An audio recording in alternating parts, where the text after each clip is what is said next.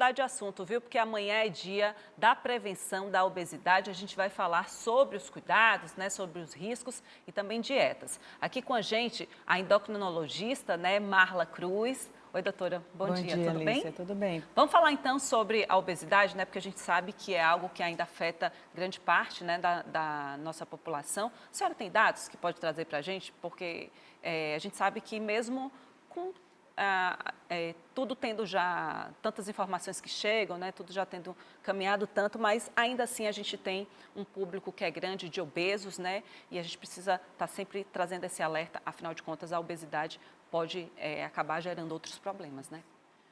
A obesidade aumentou muito no Brasil e aqui na Bahia também. Nos últimos 13 anos, a gente teve um aumento de mais de 20%.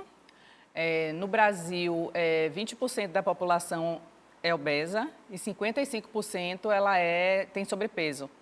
Poxa. E aqui na Bahia, aqui em Salvador especificamente, as mulheres atualmente estão ficando mais obesas do que os homens. É mesmo. E aí tem muito estilo de vida, né? Então, assim, os alimentos, antigamente todo mundo comia arroz, feijão, carne, e atualmente é muita massa, o hábito alimentar do brasileiro mudou, e isso também, o fato de não fazer exercício, fez com que a obesidade fosse crescendo e que a gente tem um alerta hoje em dia, então é a importância de trazer essas informações e de a gente conversar sobre esse assunto e ficar atento a essa questão de mudança de hábito de vida, com a alimentação, com exercício, para que a gente consiga manter o peso.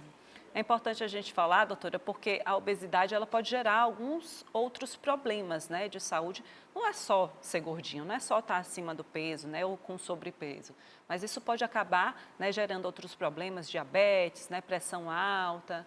Exatamente. Então, a obesidade, a depender do nível, pode gerar, como você mesmo já falou, a questão da hipertensão, piorar quem já tem e gerar um quadro de pressão alta, descompensar o diabetes ou também, né, a pessoa acabar desenvolvendo diabetes, a questão de pedra na vesícula, pode também piorar a apneia do sono, o refluxo gastrointestinal, então está associado a várias doenças que podem ser pioradas ou começarem a aparecer com a obesidade. Você trouxe um dado até bem interessante agora aqui no início da nossa entrevista e me chamou bastante atenção, porque 55%, né, da população está com sobrepeso, ou seja, isso é falta de quê? De hábitos saudáveis, atividade física, a gente vê que hoje em dia é muito corrido tudo, né? Muito trabalho, né? Muitas atividades.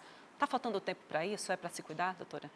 Eu acho que a vida da gente mudou, né? Então, antigamente, a gente se deslocava, usava menos carro, andava mais, circulava mais, então hoje está tudo muito fácil com a evolução, né, da tecnologia, está tudo muito fácil e aí o sedentarismo também, né, tem contribuído, o tempo todo no celular, as crianças têm aumentado também a obesidade, ao invés de elas estarem brincando, elas estão jogando videogame, ou estão vendo redes sociais nos celulares, então todas essas mudanças geraram esse aumento do sobrepeso, então a necessidade de a gente estar atento a isso, saber que sobrepeso também tem consequências e que a gente tem que mudar nosso hábito de vida.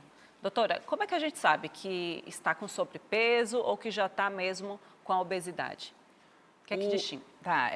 Existe um índice que chama um índice de massa corporal, que é o peso dividido pela altura ao quadrado.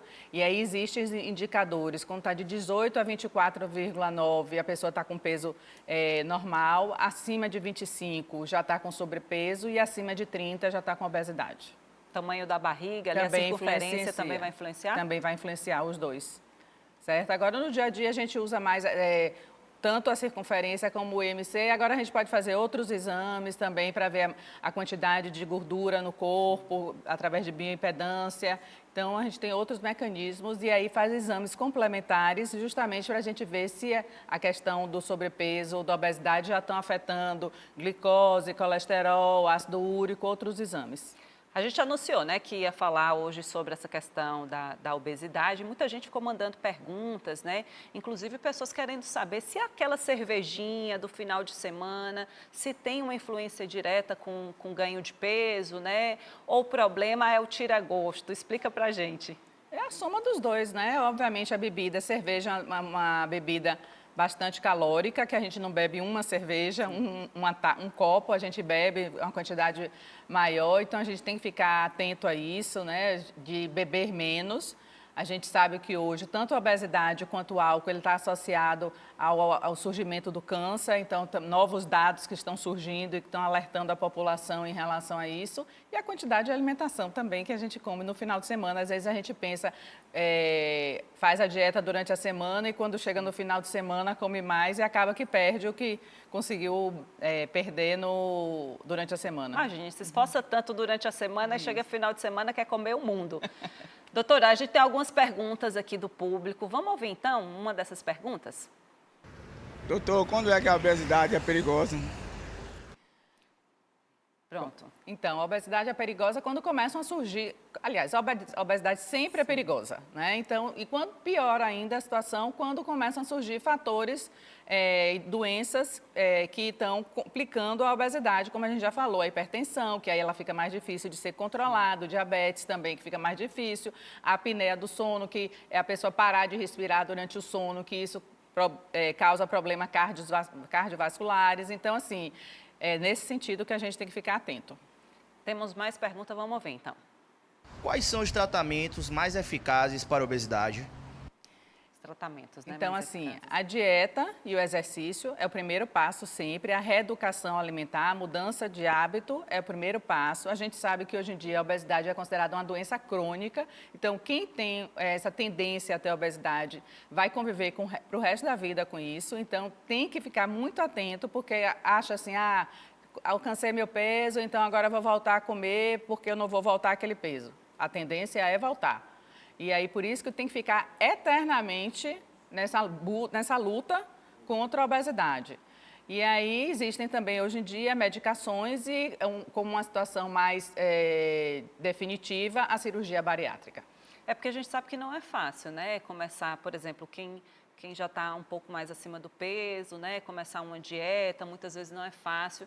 É importante seguir, né? Porque a alimentação saudável deve ser algo que todo mundo busca, né? Devia ser assim, né? Pelo menos todo mundo querer ter uma alimentação melhor, praticar uma atividade física para a própria saúde. Mas quais são as dicas para quem está querendo mudar, né? Para quem está querendo começar mesmo a perder o peso, né? E começar numa vida mais saudável? Qual dica que a senhora poderia passar aqui para a gente? Eu acho que, na realidade, a pessoa não pode fazer uma dieta muito fora da realidade dela, do que ela gosta, no dia a dia e do que ela tem à disposição também, né? Assim, o que ela pode comprar. Então, assim, fazer mais próximo da sua realidade, porque a gente enjoa de dieta também, né, às vezes, e aí perde peso e não consegue mais manter porque não aguenta mais aquela dieta. Então, mais próximo da sua realidade e diminuir as porções, né? Então, assim, controlar mais essa questão da quantidade, porque a quantidade influencia.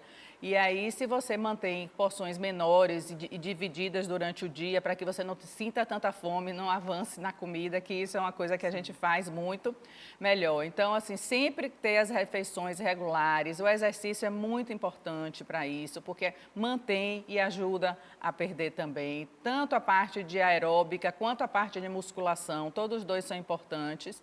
E as refeições, como eu já disse, nos horários certinhos, não jantar muito tarde, por exemplo, porque aí o metabolismo à noite diminui e aí você consome menos o que você, metaboliza menos o que você consumiu. Então, assim, essas seriam as dicas.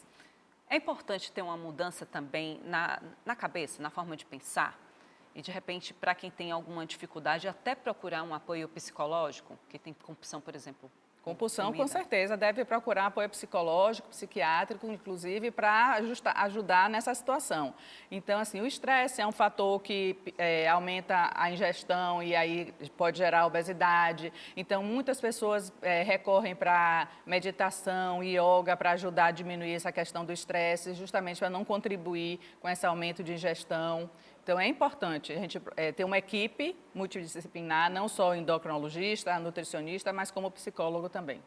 Doutora, agradeço muito sua participação aqui com a gente, viu? Dicas valiosas, acredito que a gente já conseguiu inspirar outras pessoas também que estão em casa, que estão nessa luta também, né? Nessa busca por uma vida mais saudável, querendo perder peso. Já pegou algumas dicas aqui hoje com a gente. Muito obrigada, viu? Eu que agradeço.